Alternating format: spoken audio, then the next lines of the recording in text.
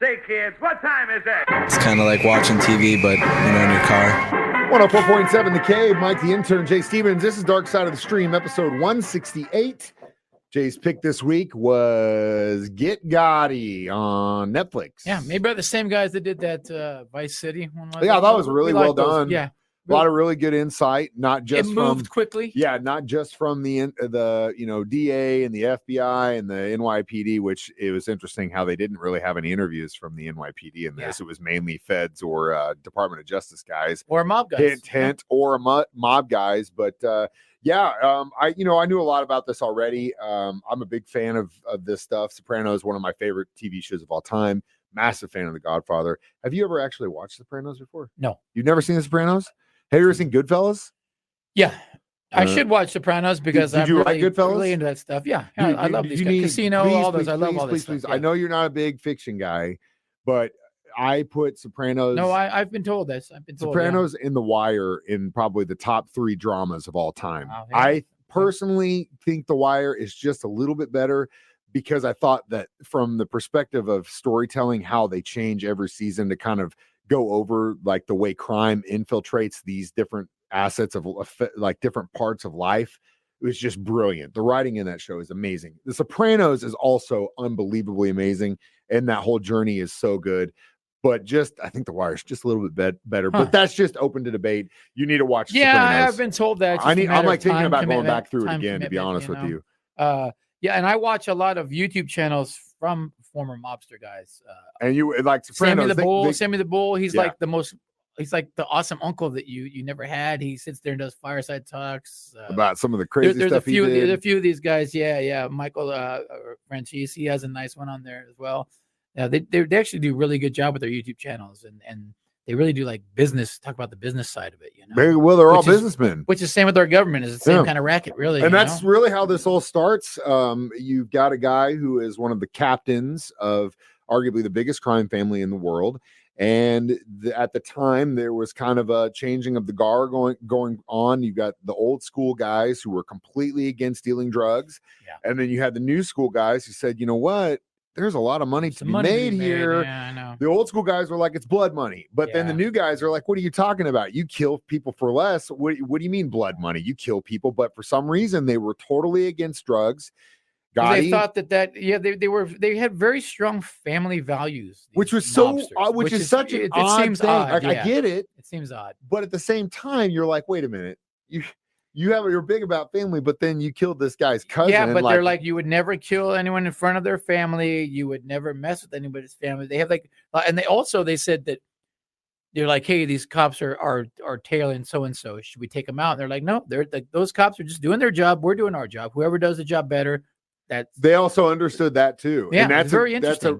So eventually Gotti's very upset. He doesn't get made the next man in line, so he goes after the boss, and who is then gunned down basically in broad daylight. Kind of an aggressive takeover. Yeah, very aggressive takeover. I mean, they all knew immediately as soon as Gotti came to the forefront as the new boss who was involved. Yeah.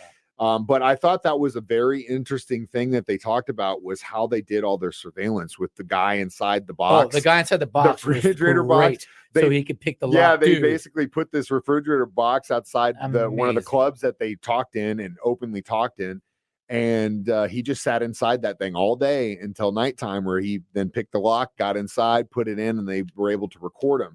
I thought the whole process of getting field recordings and stuff to get the court papers signed to actually was so crazy. The fact that you only have 90 seconds to listen, and if you hear something illegal, then you can keep listening. If you don't, you shut it off and you move on. That's so 90-second intervals, which I thought was just unbelievable. But it wasn't that actually started the ball rolling for Gotti and how they actually got him. And we'll talk about how that went down next. Dark Side of the Stream on 104.7 The Cave. Mike the Intern, Jay Stevens back in the studio. This is Dark Side of the Stream, episode 168, Get Gotti. So the federal government was very much interested in John Gotti, especially since he had become the new boss of arguably one of the biggest crime families in the country in the mid to late 80s. The NYPD, in New York City Police Department, wasn't really involved with the federal task force trying to take this guy down. And it was very obvious, I think, in the second episode where one of the field agents said, we didn't really talk with the police at that point. And you kind of got the feeling there was a reason for that. And obviously them probably thinking that a lot of them were in the pocket of the mob. That too. So back to Gotti, up until this point, most bosses did not want coverage. They didn't want people knowing who they were. Yeah, they played it would real be low easier key, for them dressed to, down. they just thought, I want them to think that I'm a custodian.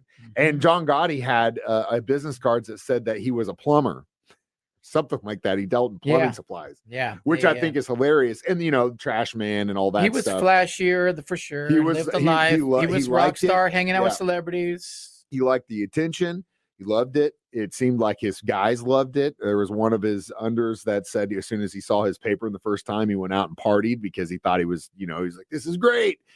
But the old school they wanted to work in the shadows. I mean, if you go back to the very beginning of all this, the mafia and all this stuff and the Black Hand stuff, they operated in secret. And there was a reason for that, because you didn't want the government to know what you were up to. I mean, it'd be one thing to be flashy and just go out guns blazing, but these guys were, as we mentioned, businessmen, and they still are. You just are making money and just, not the best areas of life.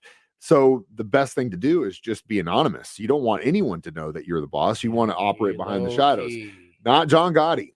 And it was very obvious that Gotti had a very hot temper, because what inevitably started the whole ball rolling in the case against him was an assault charge that he faced a couple years before he became the boss. And basically, it was a road rage incident. This guy is driving home, trying to get home. There's a car double parked in New York. He does what every New Yorker does when this happens, and just lays on the horn. He happened to lay on the horn for the wrong person, because then out walks a mob captain. Dude, well, that's the thing. He didn't know. Like, he just thought he was some dude. And when you look at the mugshot, it's not like he was wearing a suit or anything. To court and you're like, he's just wearing workout clothes. That's why he quickly changed his story. They get into a fight. The guy gets his butt kicked. He goes and flags down 2 cops. He's like, hey, these guys just assaulted me over a parking space. They book him. 2 years later, they go after him. And Gotti, I mean, normally an assault charge, you're looking at like maybe a misdemeanor, but Gotti was a felon. Gotti had done time in the early 70s for a murder. That's what ended up making him a made man. For example, if you are in the mafia and you get asked to do something like that and you get popped and you do your time, doesn't matter if it's 2 months or 20 years, you get out, you're going to get paid back. And that's usually when you get made. Because you've proven that you will do what it takes for the family, and that you will sit and do your time for the family. No questions asked. So he gets out. He's a made man. And he gets into that altercation. They throw the charges at him. Then they can't find the guy at all. Yep. Come to find out, a couple of weeks later, he's in a hospital with a broken arm. And he doesn't want to testify. Because now that guy he got into a fight with is basically the Godfather. Imagine that. What would you do? Oh yeah. I tell you, I fell down the stairs. I fell down. I'm so clumsy. I'm an idiot. I'm the idiot here. What did I do? I was punching myself. Yeah, I fell down. I just can't stop hitting myself in the head. I don't know why. But yeah, dude, that guy must have it's not worth it. Freaking out. Hell yeah. A lot of days. But then, of course, the media just throws his face everywhere. They start printing his name everywhere. That guy, man, I would have been so. Dude, then anytime someone else was double parked for the rest of my life, I'd just go find another place to park. Honey, I'll be home in about 30 minutes. I'm 5 miles away. I'll be there. I know. Screw that, dude. But yeah, that was kind of the start of the legal woes. But then little did the federal, I guess the FBI know the Department of Justice was already working on a case against him. And we'll get to that next. Dark Side of the Stream on 104.7 The Cave. Mike the Intern, Jay Stevens back in the studio. This is Dark Side of the Stream, episode 168, Get Gotti. So yeah, that was another thing. The federal government has, obviously the FBI and the Department of Justice, but like one of the agents said, we didn't work with the New York City police on this thing because we really didn't communicate a whole lot during this period of time. But it was interesting that all of a sudden here comes an assistant DA that's like, oh, we had a huge case against him while the FBI is like investigating him. You would think that those two would be like, oh, hey, wait a minute, you guys are doing something. Well, let's put this and they together. also wanted the fame of being the one to bring it down. And that's also part of the whole deal too. But yeah, the DOJ is then they come in and they say, hey, we got this guy on murder. I think it was robbing a truck, illegal gambling, racketeering, all kinds of stuff. And they then lay out their case for him. But then it just becomes an even bigger media circus at this point.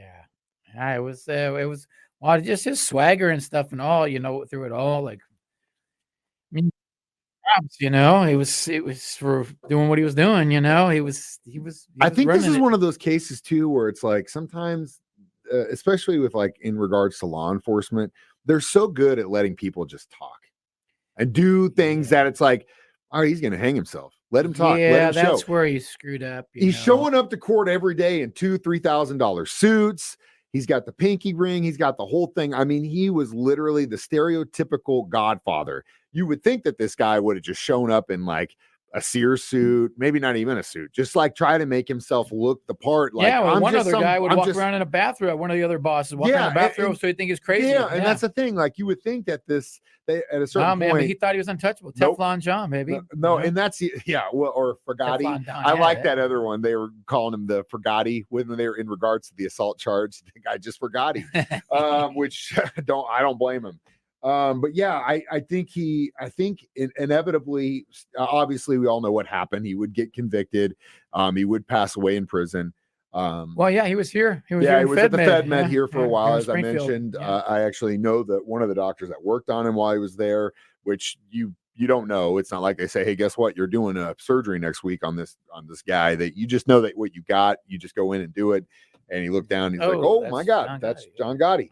But yeah. Well, also they had help because they had Sammy the Bull, and Sammy Bull was his right-hand man, and then they got Sammy to flip because John Gotti was on tape talking bad about Sammy. So Sammy's like, screw that. I'm gonna make a deal. And so the crazy thing is that besides John Gotti, who's dead, a lot of the other mobsters, they've done their time and they're all out back living their life, doing what they do. And like I said, these YouTube channels are actually really, really informative and some of the stories likable guys tell are just unbelievable. The stories that Sammy the Bull tells are incredible. One other thing that I think that at least hopefully if you are in this part of the world and you are trying to get in with mafia or do mobster stuff, just consider the fact that in this story alone, right, they had 90 seconds of tape to listen to, and a lot of the stuff that they did get was inaudible.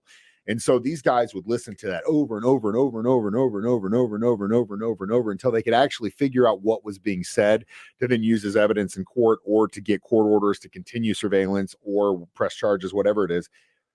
Just consider AI now. Yeah. I was watching that, thinking that part, thinking about what they did with the Beatles recordings. And I'm like, dude, if they had AI when they did this, all they had to do was feed that stuff into a machine and it would come out crystal clear as day what that was being said. So just keep that in mind. If you're, the chances are you're bugged. Chances are they're watching you. So don't be saying there's it cameras out loud. Everywhere now. Learn sign language. That's what I do, man. That's what you should do. Or create a new language. That's another thing. I would create a new language, like the Egyptian, or some kind of cryptic code. I don't know. Maybe learn Navajo. That's what you should do. Oh. Either way, we'll come back with our reviews. This episode, Dark Side of the Stream, continues next on 104.7 The Cave. Jay Stevens, Mike the Intern, back in the studio one more time. This episode, Dark Side of the Stream, 168. Get Gotti on Netflix. I would give this 3.5, 4, just because of the way it's edited. Yeah, it very moves nicely very, done. very quickly. Yeah, there's a lot to digest. I would have given it a 4, but then the Michael Francis on his YouTube channel, he kind of debunked a few things that they got wrong in this. I think they Hollywooded it a little bit. Yeah, he pointed that out. So that's why I'm going 3.5. Yeah, and again, there's a lot of gray in each person's recollection. He said that Gotti never had a female associate. So that one girl that says she was an associate, he's like, no, that girl was not an associate. Yeah. You would think that he's probably correct in that. That never really changed. There are, other than Griselda, who was working with. Have we done Pablo. one about her? Blanco, we did. Blanco, I think Cocaine Cowboys 1 or 2. Yeah, I think we've done it. But I'm looking forward to that movie or the show they're coming out with her with what's her face. But she's definitely not anywhere near looking like what Griselda did. Yeah, Hollywood took liberty on. There's not a lot of female-made women in the history of the mafia. So yeah, I think it's kind of probably a subjective choice to put some of that stuff in. You can kind of feel like the Hollywood-esque part of this whole thing continued on into this documentary, but that's what that was. That's what it is. Yeah, and it's all right. It was good. It was entertaining. Yeah. It's nice. It was. Next week is my pick. We're going back to HBO Max for this one. This one is called Cowchilla, and it tells the story of a kidnapping that happened in the late 70s in California that involved a bus driver and I believe 26 children who were then basically buried underground. Whoa. Ever heard of it? No. Neither did I. It almost rings a bell, but I'm not sure. You were in the area when this happened. Remember, and I said in the 70s, that was the thing. You were there. We'll figure out if maybe Jay was one of these kids on the bus, and it's just a regressed memory. Either way. Hypnotize me and all. Yeah, we're going to have a guest hypnotist in here so that he can go through his deep regression trauma. As always, you can watch these live on Facebook or YouTube 9 a.m. on Thursday mornings, or listen to them as a podcast on our 104.7 The Cave app for free, or during my show at 9 a.m. or Jay's show at 6 p.m. on 104.7 The Cave. I am Mike the Intern. That's Jay Stevens reminding you we watch movies documentaries, so you don't have to. It's Dark Side of the Stream on 104.7 The Cave.